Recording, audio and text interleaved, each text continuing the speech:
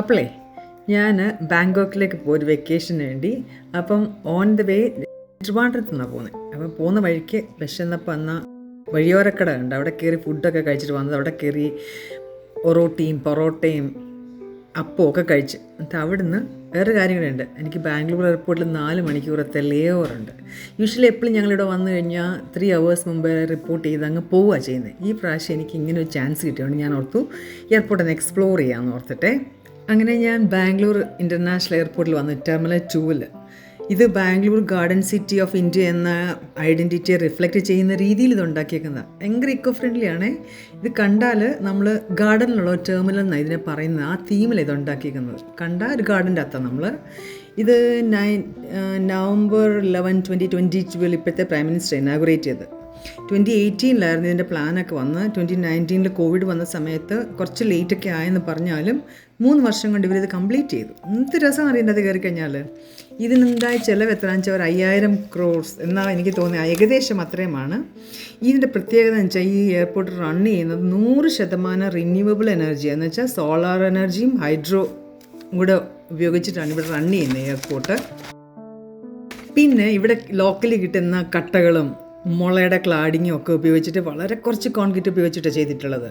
ഇത് മഴവെള്ളം റീയൂസ് ചെയ്ത് ഉപയോഗിക്കുന്നുണ്ട് ഇവിടെ. അതുപോലെ ഒരു ചെടികളൊക്കെ വെച്ചേക്കുന്നത് എവിടെയൊക്കെയാണ്, മോർ ദാൻ 6 lakh 6 ലക്ഷത്തിൽ കൂടുതൽ പ്ലാന്റ്സ് ഇവിടെയുണ്ട്. വാട്ടർഫോൾസ് ഉണ്ട്. ടെർമിനലിൽ ഒരു ഫോറസ്റ്റ് ബെൽറ്റ് ഉണ്ട്. കണ്ടു കഴിഞ്ഞാൽ എന്ത് രസം അറിയോ. ഇതിൻ്റെ അകത്തോട്ട് കാല് കുത്തി കഴിയുമ്പോൾ തന്നെ ഉണ്ടല്ലോ നമ്മൾ ഏതോ ഒരു ഗാർഡനിൽ ചെന്ന് നിൽക്കുന്ന, അല്ലെ പ്രകൃതിയോട് ചേർന്ന് ഏതോ ഒരു വനത്തിൽ പോയി നിൽക്കുന്ന പോലെയാണ് നമുക്ക് തോന്നുക. അതിന് തന്നെ ചെടികളും ചൂടൊട്ടുമില്ലാത്ത അറ്റ്മോസ്ഫിയറാണ്. നമുക്ക് കുളിർമ അനുഭവപ്പെടും അതിൻ്റെ അകത്തോട്ട്. ഈ യൂഷ്വലി നമ്മൾ എപ്പോഴും കാണുന്ന എയർപോർട്ടിൽ നിന്നൊക്കെ വ്യത്യസ്തമായിട്ട് ഇത് പ്രകൃതിയോട് ചേർന്ന് നിർമ്മിച്ചിരിക്കുന്നതാണ്. ബാംബു അല്ലെ മുള ഉപയോഗിച്ചിട്ടുള്ള വർക്കുകളുണ്ട്. ഇത് കണ്ട് ഈ കാണുന്നത് ചെടികൾ എങ്ങനെ നനയ്ക്കുകയെന്ന് അറിയത്തില്ലേ, ഇവിടെ നിങ്ങൾക്ക് കാണാൻ പറ്റും. അത് ചെടിച്ചട്ടികൾ എങ്ങനെയാണ് വെച്ചേക്കുന്നതെന്ന് അറിയാം. അതുപോലെ ഇത് ഡ്രിപ്പ് ഇറിഗേഷനാണ്. കണ്ടോ അത് വെച്ചിരിക്കുന്നത് എങ്ങനെയാണെന്ന്. ചെടിച്ചട്ടികൾ ഇങ്ങനെ കിടത്തി വെച്ചിരിക്കുക. വോളയിലാണ് ഈ ചെടികൾ മൊത്തം. എന്തോരം ചെടികളാണ് ഇരിക്കുന്നത്. പ്ലാന്റ്സ് നമ്മുടെ വീട്ടിലൊക്കെയുള്ള സദാ പ്ലാന്റ്സ് അവിടെ ഇരിക്കുന്നത്. പക്ഷേ അതെല്ലാം കൂടെ വെച്ചേക്കുന്നത് കാണാൻ എന്ത് വൃത്തിയാണ്, ഭംഗി. അത് തണുപ്പ് നല്ല, നമുക്ക് അവിടെ വാട്ടർഫോൾസ് ഒക്കെ ഉള്ളതുണ്ടല്ലോ, നമുക്ക് നല്ല കൂളതിൻ്റെ അകമെന്ന് പറയാം, തണലും ഒക്കെ ആയിട്ട്. യൂഷ്വലി നമ്മൾക്ക് ഇരിക്കാനൊക്കെ ആണെങ്കിൽ മറ്റിടത്തൊക്കെ എയർപോർട്ടിൽ പോയത് നമുക്കങ്ങ് മുഷിഞ്ഞു പോകത്തില്ല. ഇത് അങ്ങനെയൊന്നുമല്ല.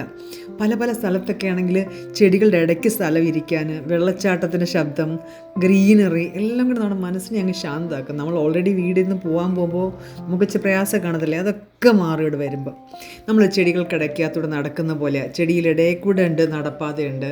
ഇതിൻ്റെ ഇടയ്ക്ക് വിശ്രമിക്കാൻ വേണ്ടിയുള്ള പല പല സ്ഥലങ്ങളുണ്ട്. അതൊക്കെ ചെടികളുടെ ഇടയ്ക്കാണ്. അതൊക്കെ ഈ എയർപോർട്ടിനെ ആണെങ്കിൽ ഒരു വ്യത്യസ്തമാക്കുന്നുണ്ട്. നമുക്ക് ഈ എയർപോർട്ടിൽ പോയാലേ ഒരു ട്രാവലിന് ഒരു അനുഭവമാണ് കിട്ടുന്നത്. ഒരു തുടക്കം അല്ലെ പോവാന്നല്ലേ, നമുക്കൊരു എക്സ്പീരിയൻസ് കിട്ടിയത്. ഇത് നമ്മുടെ മനസ്സിനെ സന്തോഷിപ്പിക്കുന്ന ഒരു ഗാർഡൻ തീം, നല്ല ക്ലീനായിട്ടുള്ളൊരു അന്തരീക്ഷം, ഒരുപാട് നല്ലത് എവിടെ ഇരിക്കാൻ. നമ്മൾക്ക് നമ്മുടെ മനസ്സിനെ ശാന്തമാക്കുന്ന കാഴ്ചകളും ഇതൊക്കെ ഇവിടെയൊക്കെ പോയി നിൽക്കാൻ ഉണ്ടല്ലോ, നമുക്കവിടെ നിന്ന് പോകാൻ തോന്നത്തേയില്ല. അത്ര നല്ല അവിടുത്തെ ലൈറ്റിങ് എല്ലാം മൊത്തത്തിൽ ഒരു അടിപൊളി.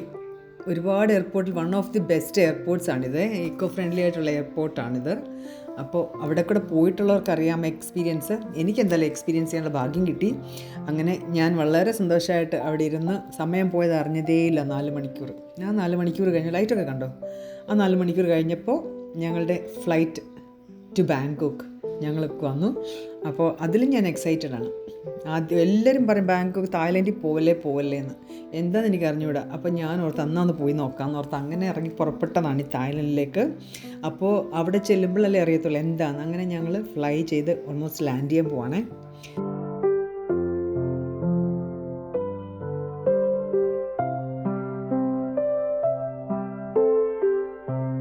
കാഴ്ച കണ്ടിങ്ങനെ പോകാൻ നല്ലതായിരുന്നു. പകലായിരുന്നു ഞങ്ങൾ ലാൻഡിങ്. അപ്പോൾ അതുകൊണ്ട് ഞങ്ങൾക്ക് പുറത്തുനിന്ന് കാണാൻ നല്ല രസമായിരുന്നു.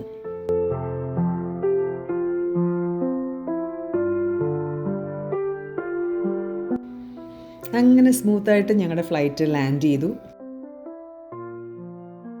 കണ്ടോ, ഇതാ എയർപോർട്ട്, സുവർണഭൂമി എയർപോർട്ട്.